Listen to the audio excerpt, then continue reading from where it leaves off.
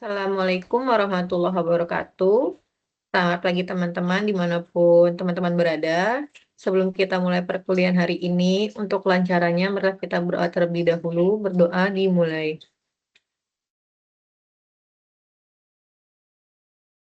Sudah selesai? Teman-teman, untuk perkuliahan kali ini saya membuatkan video dengan alasan di hari Selasa ini merupakan Dies Natalis Post ke-12, sehingga tidak memungkinkan adanya kegiatan kuliah tatap muka. Kemudian dengan alasan yang lain juga saya harus mengikuti Zoom dari Kemendikbudristek, sehingga kuliah kali ini akan menggunakan video. Nah, untuk perkuliahan hari ini yaitu statistika inferensial, di mana mata kuliah ini merupakan mata kuliah yang akan keluar juga di UTS, ya, yaitu bagaimana caranya kita membuat suatu uji hipotesis. Sebelum ke sana, ada yang mau ditanyakan dari materi sebelumnya? Tidak ada? Oke, baik, saya akan mulai ya perkuliahan hari ini. Apakah sudah terlihat?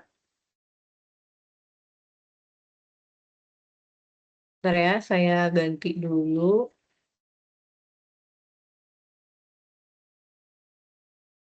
Oke, kita masuk ke statistika inferensial, di mana statistika inferensial itu merupakan salah satu eh, bagian dari statistika, di mana yang kita pelajari di minggu-minggu sebelumnya itu, yaitu statistika deskriptif, di mana deskriptif yang kita pelajari itu masih ingat, yaitu ukuran pemusatan data, ya, ukuran pemusatan data. Nah, kalau ukuran pemusatan data yang kita pelajari itu kan ada rata-rata, ya, rata-rata, kemudian ada nilai tengah, atau kita sebut dengan median. Kemudian kita juga belajar tentang varian, standar deviasi, lalu kita juga belajar tentang nilai modus, kuartil, dan desil. Ya, ini yang kita pelajari di minggu sebelum-sebelumnya. Sekarang kita belajar tentang inferensial. Nah, inferensial ini merupakan salah satu bentuk dari statistika yang digunakan untuk melakukan penarikan kesimpulan. Nah, penarikan kesimpulan itu kita bisa bilang dia masuk ke pengujian hipotesis. Ya. Nah, kemudian ada yang namanya estimasi. Cuman di mata kuliah ini kita akan belajar tentang pengujian hipotesis saja, di mana kita akan melakukan penarikan kesimpulan. Nah, untuk materi yang akan dipelajari ya, kita akan belajar tentang bagaimana kita membuat hipotesis untuk rata-rata, kita membuat hipotesis untuk varians dan proporsi. Saya lanjutkan. Nah, pengujian hipotesis. Sekarang kita harus tahu dulu apa sih hipotesis ya. Hipotesis itu merupakan pernyataan atau anggapan yang mempunyai nilai ketidakpastian, di mana nilai ketidakpastian itu bisa mengandung nilai benar dan nilai salah. Ya, contoh ya. Contoh yang paling gampang. Kan ada nih, apakah besok akan turun hujan? Ya, apakah besok akan turun hujan itu mengandung kalimat ketidakpastian, di mana ketidakpastian itu bisa benar atau ya salah. Bisa jadi hari ini hujan, tapi hujannya nggak di pagi hari, hujannya di sore hari. Tapi kan berarti ada unsur ketidakpastian nih, kapan. Kemudian selanjutnya, contoh untuk hipotesis, konsumen lebih menyukai produk A dibanding produk B. Nah, itu kan adalah anggapan dari kita, tapi ketidakpastian itu bisa dijawab oleh konsumen itu sendiri. Makanya bisa jadi jawaban itu benar atau jawaban itu salah. Ya, itu adalah konsep dari hipotesis, di mana apa yang menjadi dugaan kita atau yang menjadi pertanyaan, ya, yang jadi pertanyaan kita itu bisa menjadi hipotesis. Hipotesis untuk apa? Hipotesis untuk kita gunakan menjadi suatu penelitian. Ya, itu bahasa sederhananya. Tuh. Sekarang kita masuk ke apa saja sih unsur-unsur pengujian hipotesis. Yang pertama ada H0 dan H1. Ya, apa yang menjadi pertanyaan kita itu pasti masuk ke dalam hipotesis. Ya. Kemudian yang kedua, itu menentukan tingkat signifikansi. Nah, di tingkat signifikansi ini kita bisa menggunakan nilai alfa, ya, kemudian ada nilai DF. Nah, ini akan saya jelaskan di slide selanjutnya. Cuman yang kita tahu dulu, urutan dari uji hipotesis itu ada hipotesis, kemudian nilai tingkat signifikansi, kemudian yang ketiga kita menentukan nilai hitung. Nah, nilai hitung ini tergantung kita ingin menggunakan pengujian pendekatan apa, ya. Bisa menggunakan T-hitung, bisa menggunakan F-hitung, dan seterusnya. Nah, setelah kita menentukan nilai hitung dan tingkat signifikansi, kita akan membuat pengambilan keputusan. Nah, di pengambilan keputusan ini, jawaban kita, pertanyaan tadi yang akan jadi hipotesis kita ini apakah benar atau tidak, akan dijawab di pengambilan kesimpulan. Ketika pengambilan kesimpulan jawaban kita benar, berarti ada yang namanya hipotesis H0 ditolak. Ya, setelah kita tahu pengambilan keputusannya, baru kita bisa membuat kesimpulan. Nah, ini adalah langkah-langkah dari uji hipotesis. Ya, jadi tidak hanya ibarat kita punya pertanyaan, kemudian kita jawab. Tidak ya, jadi ada beberapa urutan yang harus kita penuhi dulu untuk menjawab hipotesis ini sendiri. Ya. Nah, di sini saya akan menjelaskan uji hipotesis itu dibagi menjadi 4 bagian. Yang pertama berdasarkan jumlah sampel, ada juga jenis parameter, jenis distribusi, dan berdasarkan arah dan formulasi hipotesisnya. Nah, ini akan saya jawab di slide selanjutnya. Di mana jenis sampel itu atau jumlah sampel itu, jenis hipotesis itu misalkan kita mempunyai sampel kecil atau sampel besar, kita bisa menggunakan pendekatan uji rata-rata, proporsi, atau varians. Kemudian yang kedua, jenis parameternya. Jenis parameternya itu, nah tadi kan uji rata-rata, proporsi, dan varians itu kan nanti akan berkesinambungan nih. Kira-kira dia sampelnya besar atau kecil?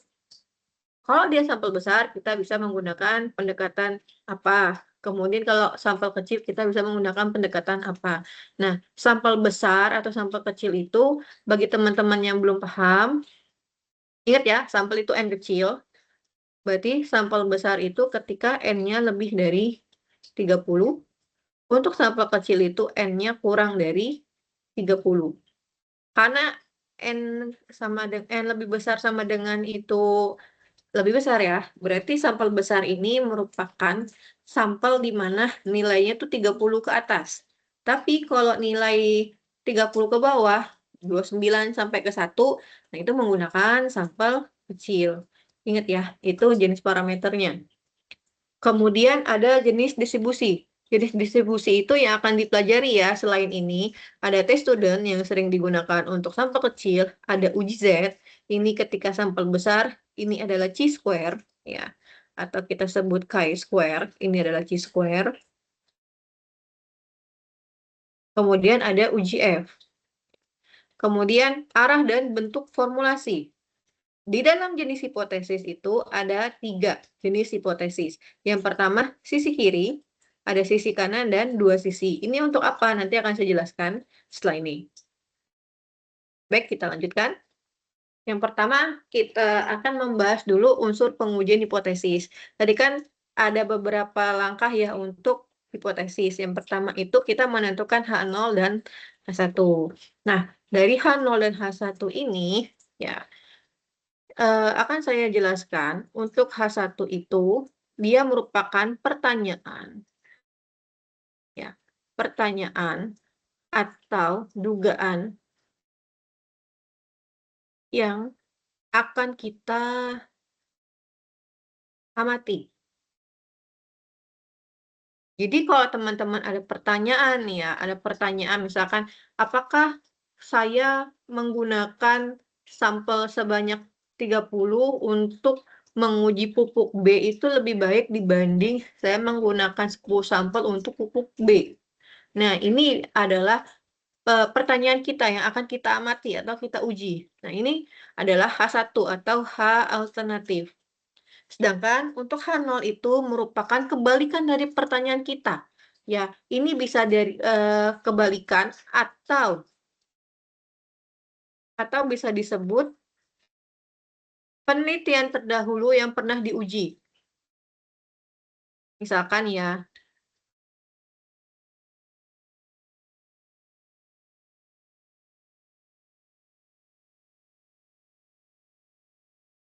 misalkan kalian menguji ternyata menggunakan 30 sampel, ya ternyata menggunakan 30 sampel pupuk cocok untuk tanaman A. Otomatis kan ini adalah pernyataan yang pernah dilakukan di penelitian sebelumnya. Sekarang kalian ingin meneliti lagi, kira-kira kalau saya menggunakan 40 pupuk cocok nggak ya untuk tanaman A? Nah, berarti ini adalah pertanyaan baru. Di pertanyaan baru ini berarti kalian bisa menggunakan N sama dengan 40 itu sebagai H1 dan N30 sebagai H0. Ya, seperti itu. Jadi apapun yang jadi pertanyaan kalian, kalian bisa jadikan dia sebagai H1. Ya, seperti itu. Ada yang mau tanya sampai di sini? Oke, nah saya akan jelaskan lagi di sini. Untuk hipotesis itu kan ada H0 dan H1. Cuman di dalam statistik itu biasanya hipotesis itu tidak hanya ditulis secara tertulis, tapi dia juga ditulis secara matematik. Ya, saya hapus dulu.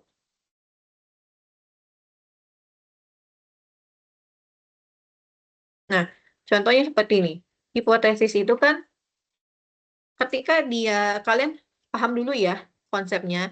Kalau ini besar, tanda ke kiri lebih besar, yang ini ke kanan lebih kecil. Kalau ini kan sama dengan, ya. Nah, di sini konsepnya dalam statistik itu atau uji hipotesis itu, ketika kita ingin menuliskan hipotesis, misalkan ada pertanyaan ini, apakah pupuk A itu cocok untuk tanaman B, apakah sampel 30 itu cocok untuk tanaman A.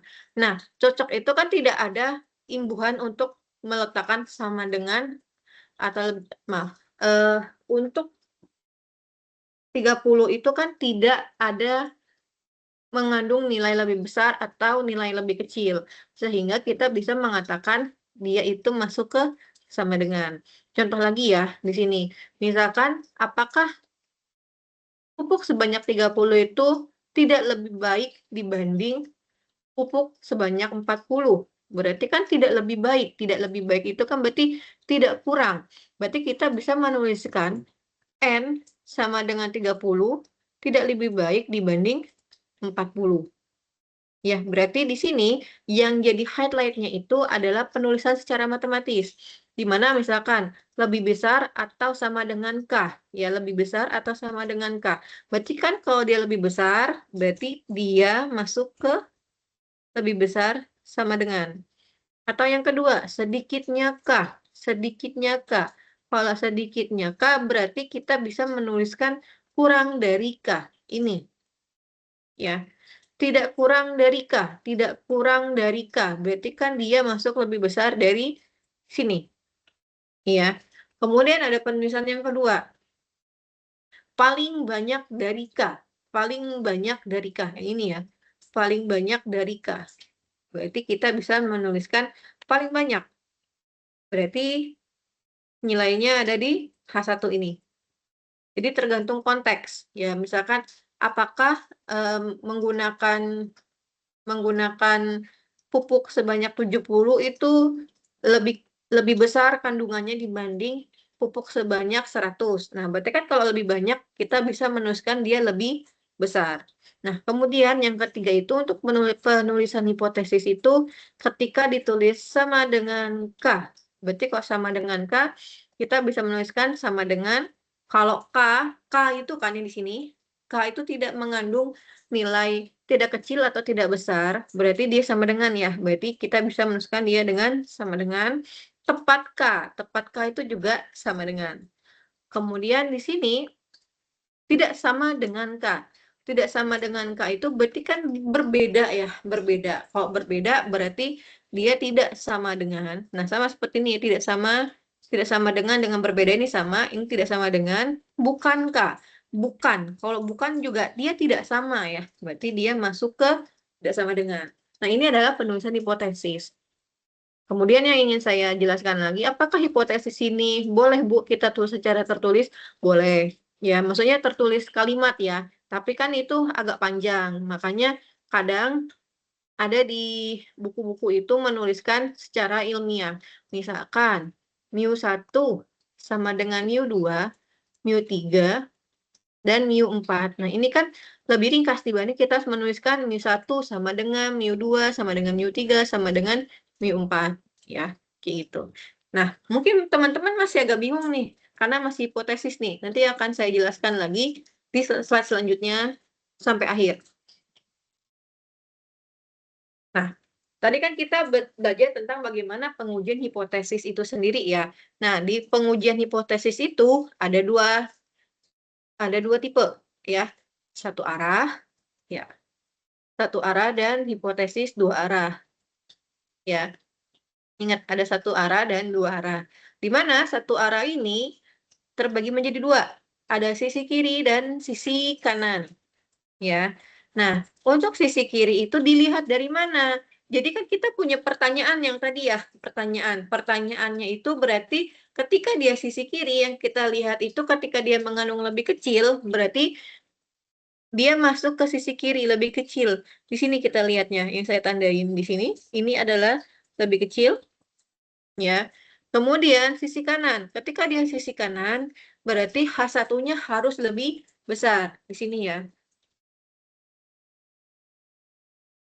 Nah, sisi kiri dan sisi kanan ini tidak boleh berbalik, ya. Ingat, kalau dia lebih kecil berarti dia ke kanan ya, tandanya ini ke kanan, yang ini tandanya ke kiri.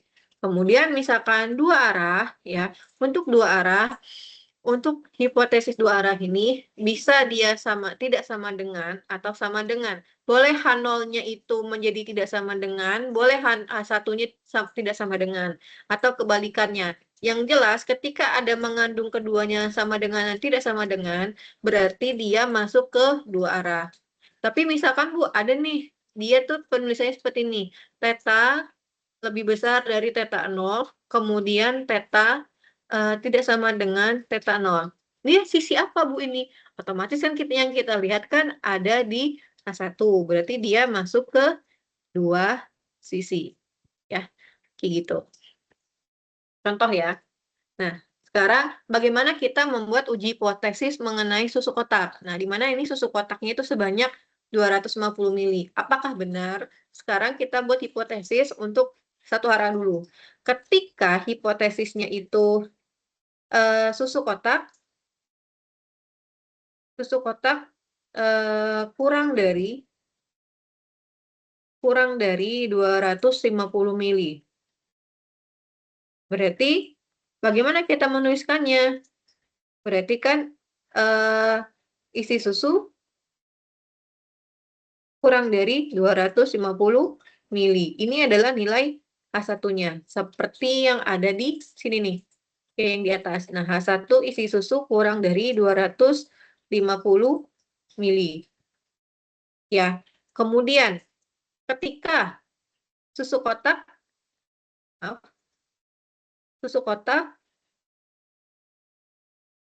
lebih besar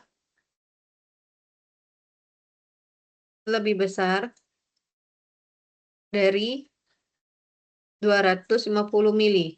Berarti kan itu ada kandungan besar ya. Berarti kita bisa tulis isi susu lebih besar dari 250 mili. Nah, ini ya. Isi susu lebih besar dari 250 mili. Ya.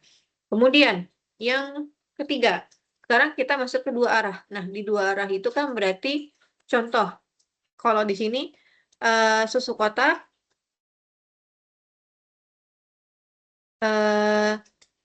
isinya tidak lebih tidak besar. Tidak sama dengan 250 mili. Nah, ini kan tidak sama dengan nih. Berarti kita bisa menuliskan secara matematik itu isi susu tidak sama dengan 250 mili. Nah, ini ada di sini ya. Atau kalau teman-teman mau menulis isi susu sama dengan 250 mili, kita bisa tulis isi susu sama dengan 250 mili. Kayak gitu. Oke, ini penjelasan secara singkat untuk uji satu sisi kiri, sisi kanan, dan dua arah. Sekarang kenapa ada sisi kiri, sisi kanan, dan dua arah? Nah, saya akan jelaskan di sini. Ya, ada yang pernah lihat grafik ini atau kurva ini? Nah, ini merupakan kurva normal. Ya, ini adalah kurva normal. Ya, nah di kurva normal ini ketika dia dua arah ya, di sini kan ngeliat nih ada daerah penolakan dan penerimaan ya. Ini adalah daerah penerimaan dan penolakan. Saya highlight ini adalah daerah penerimaan dan penolakan. Nah, kenapa ada penerimaan dan penolakan? Kan kita ingin apa yang pertanyaan kita itu kan benar ya hasilnya. Makanya ada daerah penolakan, ada daerah penerimaan. Ya, ketika dua arah, daerah penolakan itu terdapat dua. Berarti sisi kiri dan sisi kanan itu ada dua nih daerah penolakan.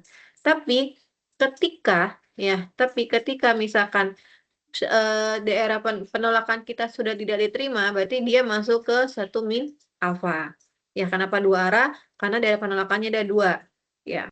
Kemudian yang satu arah nih, satu arah berarti kan kita highlight berarti dia cuma satu. Satu berarti untuk sisi kiri dia ada di sebelah sini nih. Ya. Ini adalah daerah penolakan H0 untuk satu arah. Ketika satu sisi kiri, dia berada di sini nih daerah penolakannya. Sedangkan untuk sisi kanan, dia berada di sebelah kanan sini. Ya. Nah, itu adalah perbedaan untuk uji dua arah dan satu arah. Kalau tandanya, misalkan hipotesis tetap sama ya, ini nggak akan berubah nih, yang di atas. Oke, sampai di sini ada yang mau ditanyakan? Aman ya? Nah, yang kedua, tadi kan kita sudah membuat hipotesis nih. Sekarang setelah hipotesis kan kita menentukan tingkat signifikansi. Nah, menentukan tingkat signifikansi itu kita bisa menggunakan nilai alfa. Alfa ini digunakan untuk menolak hipotesis nol. Atau gini, kalau kalian bingung ya, hipotesis nol itu adalah peluang untuk menolak kebenaran. Ya, peluang untuk menolak kebenaran. Saya tulis dulu.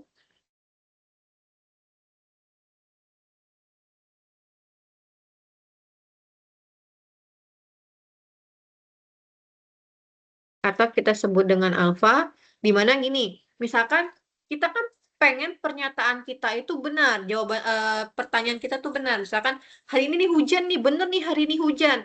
Tapi kan ada yang namanya tingkat kesalahan atau kita sebut dengan tingkat signifikansi, di mana apa yang menjadi asumsi kita itu tidak selamanya 100% benar. Sehingga ada yang disebut dengan nilai alfa. Nilai alfa ini kita sebut dengan tingkat kesalahan.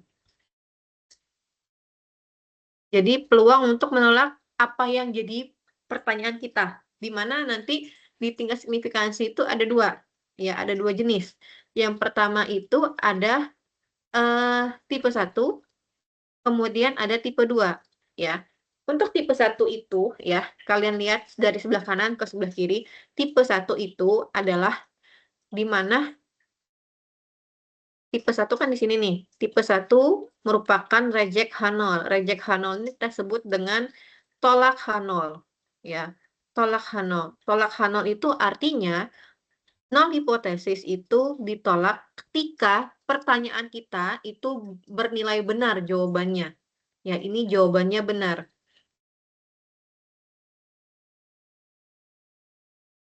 Ya. Kemudian tipe kedua itu kita sebut dengan terima H0, do not reject kan, berarti terima H0. Nah, terima H0 itu masuk ke H0 false. Berarti artinya tipe 2 terjadi ketika H0 itu tidak ditolak tapi bernilai salah.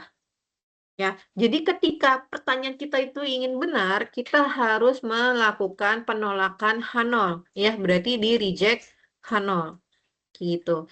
Nah, bagaimana kita bisa mendapatkan reject H0 ini? Ini akan dijelaskan ketika kita sudah mendapatkan tingkat signifikansi dan nilai alfanya, ya. Oke, saya lanjutkan lagi ya. Yang ketiga, setelah kita menentukan tingkat signifikansi, kita harus menentukan nilai hitung. Nah, di nilai hitung itu ada dua cara ya. Saya jelaskan dulu. Yang pertama adalah statistik tes. Nah, statistik tes ini bisa menggunakan rumus yang sesuai dengan apa yang kita ingin dekati. Kalau dalam pertemuan ini, kita bisa menggunakan rumus uji Z atau uji T ketika kita menghitung rata-rata, ya. Kemudian uji Z ketika kita ingin menghitung proporsi. Kemudian ada chi-square ketika kita ingin menghitung varians. Nah, yang akan dipelajari nanti apa, Bu? Yang akan kita pelajari itu mungkin yang pertama ini dulu ya, karena masih ada beberapa materi yang harus kita selesaikan seperti ANOVA, kemudian kita harus belajar tentang non-parametrik, kemudian kita juga belajar regresi. Jadi mungkin untuk proporsi dan variansi ini mungkin agak di-skip dulu ya, karena kita akan belajar yang mu dulu, yang rata-rata. Karena rata-rata itu ada beberapa yang harus dipelajari juga, gitu. Nah, untuk statistik tes ini ya, bagaimana cara menghitungnya? Ini nanti akan dipelajari setelah kita memahami konsep dari uji hipotesis dulu ya. Nah, tapi yang ingin saya tekankan di sini bagaimana caranya kita memahami urutan dari uji hipotesis. Yang pertama kan menentukan hipotesis, yang kedua kan menentukan tingkat signifikansi. Nah, yang sekarang kita menentukan nilai hitung dengan cara apa? Dengan cara statistik tes. Statistik tes itu berarti perhitungan secara manual. Atau yang kedua, kita bisa menghitung menggunakan p-value. Nah, p-value ini adalah probabilitas yang diamati dari statistik uji. Didapatkan dari mana? Ini adalah probabilitas. Kalau saya sih biasanya dapatnya itu dari beberapa aplikasi software yang memudahkan saya untuk memahami berapa sih nilai probabilitas yang diamati. Sebenarnya lebih cepat yang mana, Bu? Lebih cepatnya sih menggunakan p-value. Cuma nanti akan saya ajarkan setelah UTS ya untuk yang p-value ini. Nah, lanjut ya. Yang keempat. Yang keempat itu pengambilan keputusan. Pengambilan keputusan itu ya kita akan membandingkan tingkat signifikansi atau nilai alfa kita tadi dengan nilai statistik tes tadi. Ya, untuk apa? Untuk menentukan apakah hipotesis kita itu bernilai benar atau tidak, ya. Nah, kita contoh ya, kita bisa membandingkan nilai hitung dengan nilai kritis. Contohnya, H0 itu ditolak ketika T hitung lebih besar dari T tabel. Ya, atau kita bisa menghitung Z hitung dengan Z tabel. Kemudian yang kedua, kita juga bisa membandingkan p-value dengan nilai alfa. Kalau p-value dengan nilai alfa itu berarti p-value harus lebih kecil dari alfa. Ya, ini akan saya jelaskan setelah ini. Kemudian, nah, dalam pengambilan keputusan itu, ya kan ada yang namanya, tadi kalian tahu kan tadi ini adalah penerimaan H0. Penerimaan H0 ini adalah penolakan H0. Nah, dari kedua ini, yang bagus yang mana, Bu? Yang bagus itu pertanyaan kita tuh terjawab kalau saya sih ya. Dimana kalau pertanyaan kita tuh terjawab, dia masuk di daerah penolakan H0. Ya, seperti itu. Buat apa, Bu? Kalau misalkan H0-nya diterima gimana? Berarti jawaban kita tuh ya nggak benar. Maksudnya bukan yang nggak benar sih, lebih ke arah ya tidak sesuai dengan apa yang kita ingin kriterianya. Seperti itu. Ya. Nah, yang kelima, ya. Yang kelima, setelah kita melakukan keputusan, ada yang namanya kesimpulan.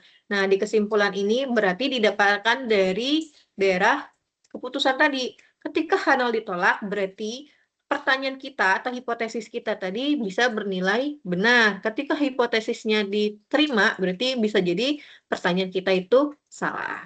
Ya, seperti itu. Nah, ini adalah urutan-urutan dari uji hipotesis. Apakah ada yang ingin ditanyakan?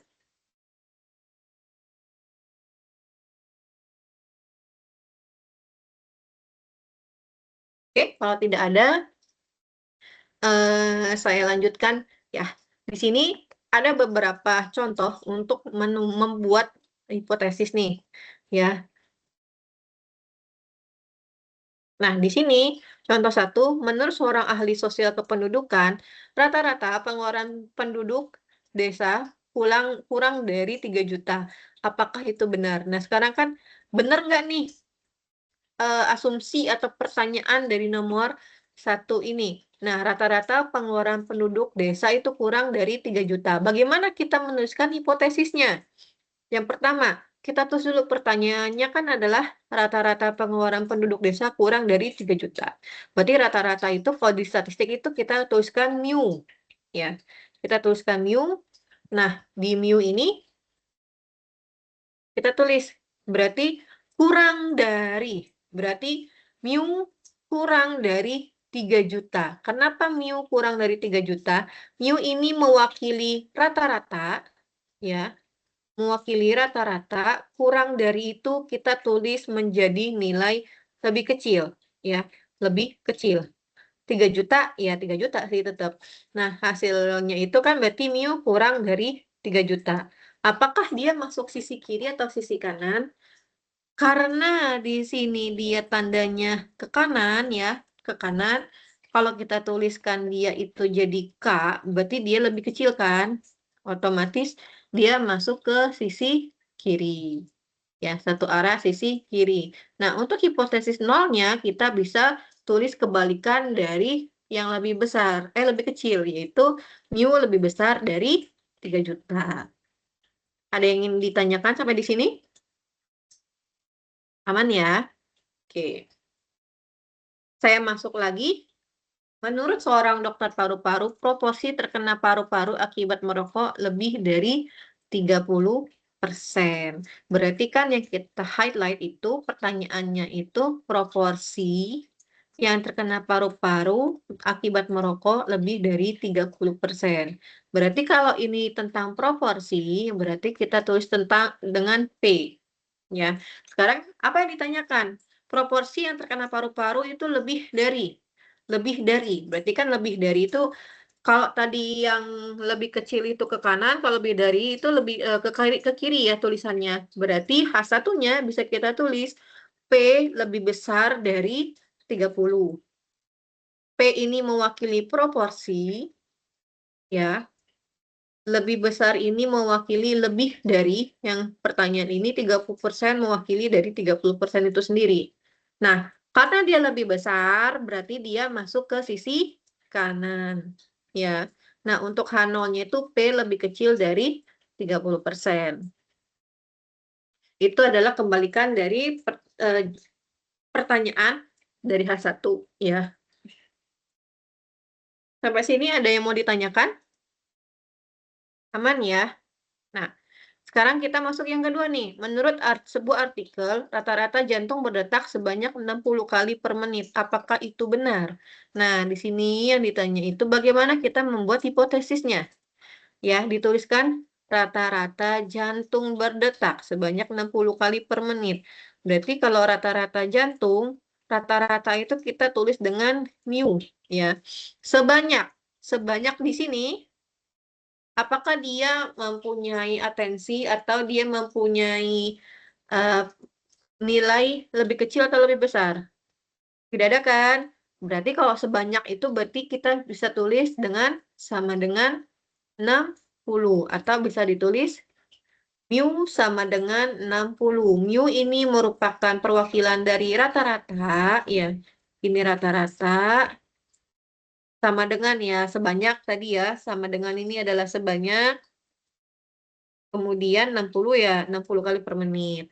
Nah, karena ini sama dengan berarti dia masuk ke pengujian 2 arah, ya, gitu. Sampai di sini ada yang mau ditanyakan nggak? Sudah cukup paham? Oke, untuk memahami ini teman-teman bisa, latihan nih, latihan menggunakan beberapa soal nih, 1, 2. Ya, saya akan jelaskan, tapi kita jeda dulu sebanyak, selama 5 menit dulu ya, sebentar ya. Silakan teman-teman kerjakan, nanti akan saya berikan, clue untuk jawabannya. Karena dari soal ini, ada soal yang akan keluar di dalam ujian, ya. Kalau kalian masih bingung di nomor 1, bisa kalian kerjain nomor 2. Di nomor 2 ini ada 3 poin, seorang analis konsumen, sebuah produsen, dan seorang maklar. Nah, kalian tuliskan H0 dan H1-nya dengan simbol dan kalimat, kemudian tentukan apakah pengujian ini satu sisi atau dua sisi, kalian jelaskan, baru kalian bisa ngerjakan nomor 1. Silakan saya berikan, eee berikan waktu sebanyak 5 menit, saya tunggu dari sekarang.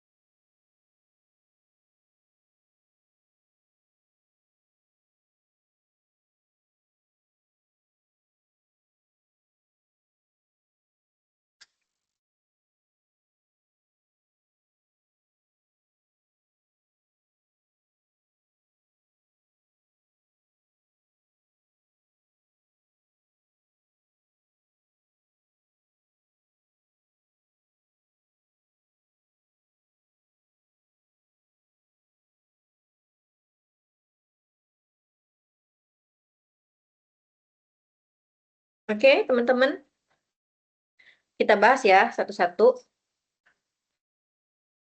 Yang pertama, saya akan membahas nomor 2 dulu yang gampang, baru kita bahas nomor 1, ya.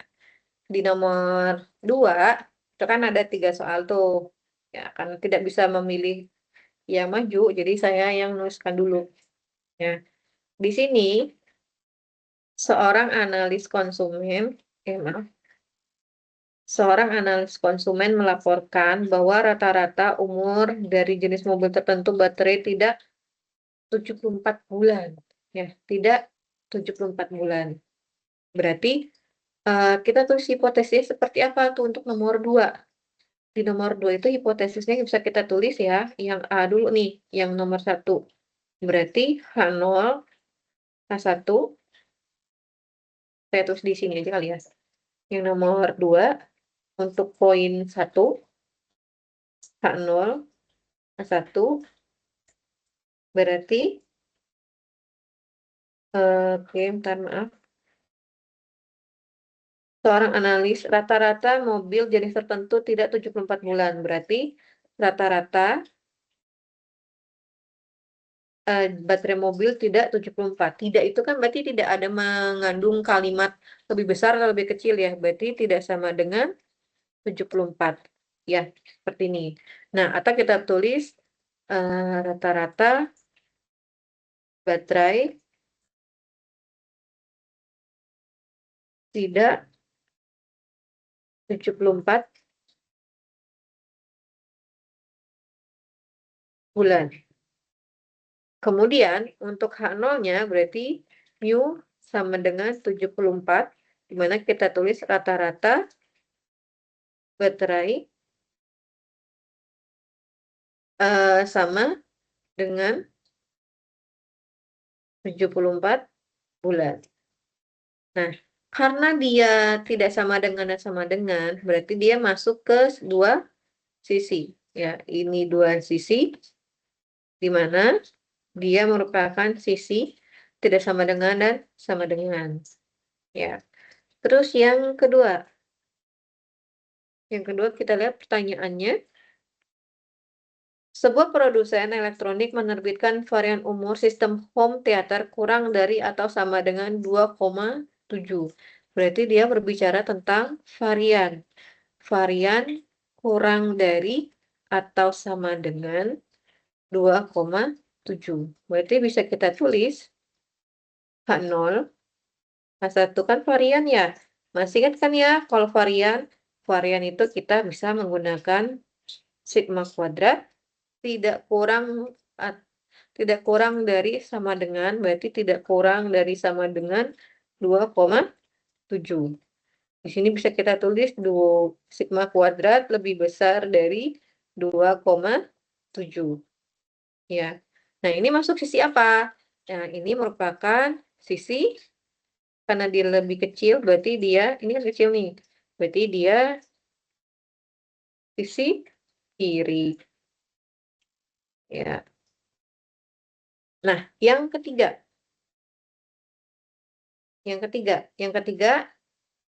rumah maklar mempublikasikan bahwa proporsi pemilik rumah yang merasakannya terlalu kecil untuk keluarga mereka lebih dari 24%. Sekarang kita berbicara tentang proporsi. Berarti hipotesisnya untuk proporsi itu H0 dan H1. Dia berbicara tentang proporsi. Berarti tadi yang saya jelaskan yang di slide sebelumnya, P, ya, apa tadi? Berarti kan itu menandakan sama dengan lebih besar ya, berarti besar dari 24%. Ini berarti P kurang dari 24%. Nah, ini masuk sisi kiri atau kanan? Oke, kanan dia lebih besar, berarti dia masuk ke sisi kanan. Nah, kalau yang masih bingung sisi kiri dan sisi kanan dia dari mana? Dilihat dari maaf, dilihat dari H1. Nih H1-nya kan sisi kiri nih, sisi kiri itu dia lebih kecil nih. Ini kan kecil. Kalau sisi kanan dia lebih besar. Nah, kalau ini karena dia dua sisi, kenapa? Karena dia mengandung sama dengan, walaupun ada tulisan coret tapi dia mengandung sama dengan. Seperti itu. Cukup jelas ya? Ada yang mau ditanyakan? Oke. Kalau misalkan tidak ada yang mau ditanyakan, kita masuk ke nomor satu nih. Nomor satu ini agak tricky nih. Kalian ingat, saya pindahkan dulu, tapi sebelum kalian ingat, saya pindahkan dulu pertanyaannya biar gampang ya untuk memahami ini.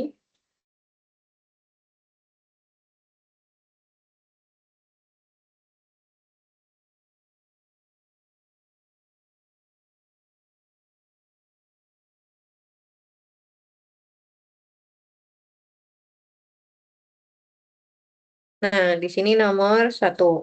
Ya. Batas USDA kontaminasi salmonella pada ayam adalah 20%. Seorang pemeriksa daging melaporkan bahwa ayam diproduksi oleh suatu perusahaan melebihi batas USDA. Anda melakukan uji hipotesis untuk menentukan apakah lem pemeriksa daging itu benar. Kapan kesalahan tipe 1 dan tipe 2 terjadi? Yang mana yang lebih serius? Ingat di slide sebelumnya tadi, ya, tipe 1 itu terjadi ketika apa? Tipe 1 terjadi ketika H0 itu bernilai benar.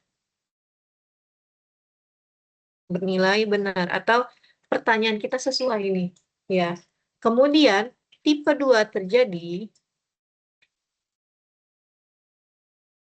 H0 bernilai salah. Bentar ya. Saya skip dulu. Ya,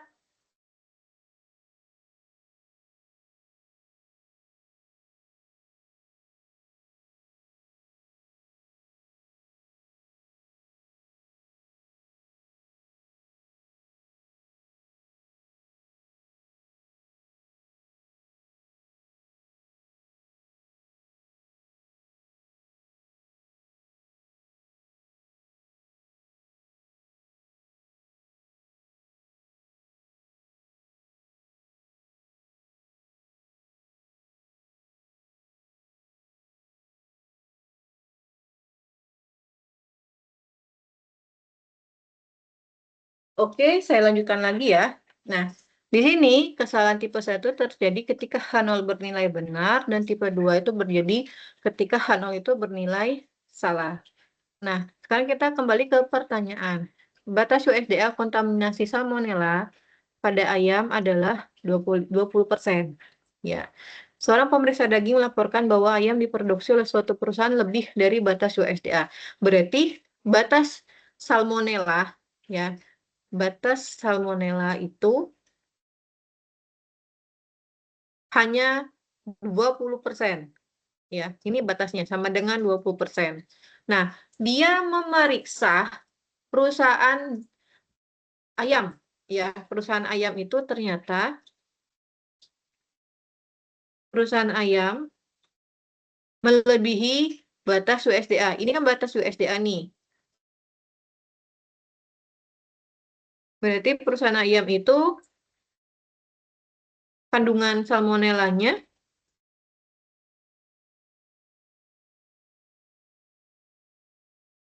lebih dari 20%. Otomatis udah lebih dong dari 20% ya. Nah, sekarang Anda ingin melakukan uji hipotesis, mana yang lebih, apakah klaim pemeriksa daging itu benar, kapan tipe 1 itu terjadi, dan kapan tipe 2 itu terjadi, manakah yang lebih serius? Sekarang, nah, hipotesis yang akan kita buat di sini, bagaimana hipotesisnya? Apakah benar perusahaan ayam itu kandungannya lebih dari 20%? Ya, berarti pertanyaannya atau hipotesisnya itu kandungan kandungan salmonella kandungan salmonella ini pertanyaannya, benar nggak nih? Lebih dari 20%. Ini kan benar nggak nih dari pemeriksa daging itu kandungan salmonellanya lebih dari 20%, kemudian H0-nya itu kandungan salmonella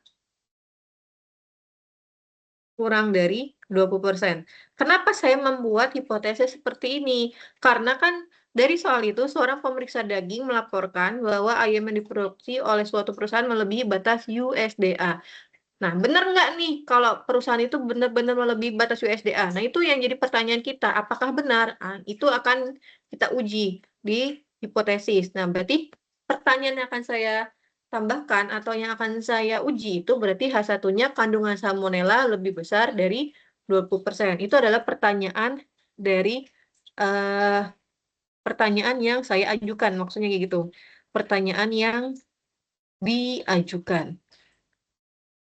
Berarti H1-nya, maaf, berarti H0-nya itu merupakan kebalikan dari pertanyaan yang diajukan. Kandungan salmonellanya kurang dari 20%. Kalau dia kurang dari 20% kan berarti udah sesuai batas salmonella dong, ya. Otomatis kapan tipe 1 terjadi dan kapan tipe 2 itu terjadi. Nah, sekarang saya jelaskan.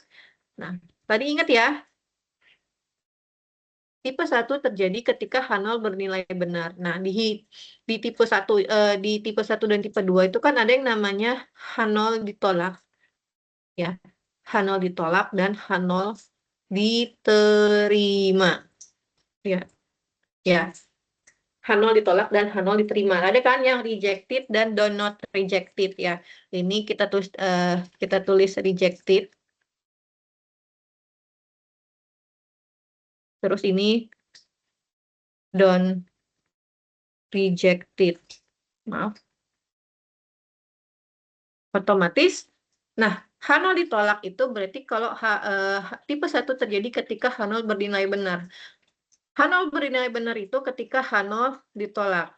Tipe 2 terjadi ketika H0 diterima. Sekarang, tipe 1 terjadi ketika H0 bernilai benar. Atau pernyataan kita tuh benar. Nah, berarti kan yang mana nih yang paling susah nih? Yang paling susah lagi, Mas. Yang paling serius nih, apakah ketika dia bernilai benar kurang dari 20% atau yang kurang dari 20%? Jawabannya, menurut kalian jawabannya apa? Soalnya kalau di kelas sebelumnya itu agak sedikit berbeda nih. Ada beda pemahaman nih. Kalau pemahaman saya ya, ini pemahaman versi saya. Kan tipe 1, ketika tipe 1 terjadi, berarti nilainya benar. Kalau dia benar, berarti H1 nih sesuai nih dengan pertanyaan kita. Berarti benar nih kalau kandungan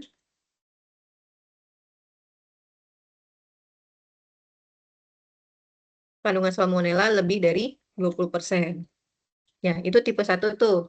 Ya, besar nih. Nah, kalau tipe 2 berarti kan salah nih. Ketika tipe 2 terjadi, artinya yang dipakai itu adalah H0. Ya, kalau tipe 1 itu bernilai benar, yang kita pakai itu adalah H1. Kalau tipe 2 benar, berarti yang dipakai itu adalah yang H0. Nah, ketika tipe 2 terjadi itu berarti kandungan salmonella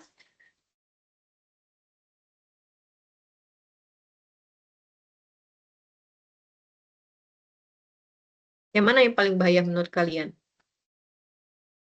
Coba kalian nanti jawab. Kalau saya sih dari kedua ini, yang mana yang paling bahaya? Yang bahaya itu yang ketika terjadi tipe 1. Kenapa? Berarti kan benar nih, dari pemeriksaan itu ternyata batas kandungan ayamnya itu sudah melihat salmonella lebih besar dari 20%. Berarti yang paling bahaya itu terjadi di tipe 1. Nah, ketika misalkan terjadi di tipe 2, apakah dia bahaya? Enggak, dia enggak bahaya. Kenapa? Karena batasnya kan sama dengan 20%. Sedangkan kalau kandungannya itu kurang dari 20%, otomatis ya berarti aman. Nah, itu adalah yang paling serius adalah di tipe 1. Itu adalah versi saya. Tapi kalau teman-teman punya jawaban sendiri, kalian bisa komen ke saya di kelas nanti apakah benar nggak jawaban kalian seperti itu ya. Sampai sini ada yang mau ditanyakan nggak? Kalau tidak, nanti saya kasih tugas ya. Tugasnya ini akan saya berikan setelah video ini selesai, di mana nanti tugasnya itu sama seperti ini konsepnya. Kalian harus memeriksa kapan tipe 1 terjadi dan kapan tipe 2 itu terjadi. Nanti kalian jawab ya. Nanti jawabnya seperti yang saya tuliskan seperti ini. Tuh. Jadi harus ada dasarnya seperti itu. Nah, ini keluar nih di ujian nanti seperti ini nih. Jadi saya harap teman-teman bisa menjawabnya dengan benar gitu. Ya. Oke. Ada yang mau ditanyakan? Oke, dari saya cukup ya. Mungkin agak panjang lebar, mungkin video ini ada jeda-jedanya, saya mohon maaf karena saya di rumah jadi agak sedikit riweuh gitu. Tapi masih bisa tersampaikan dengan baik. Dari saya cukup ya. Nanti saya kasih tugas setelah ini. Mohon maaf kalau ada salah kata. Saya akhiri. Wassalamualaikum warahmatullahi wabarakatuh.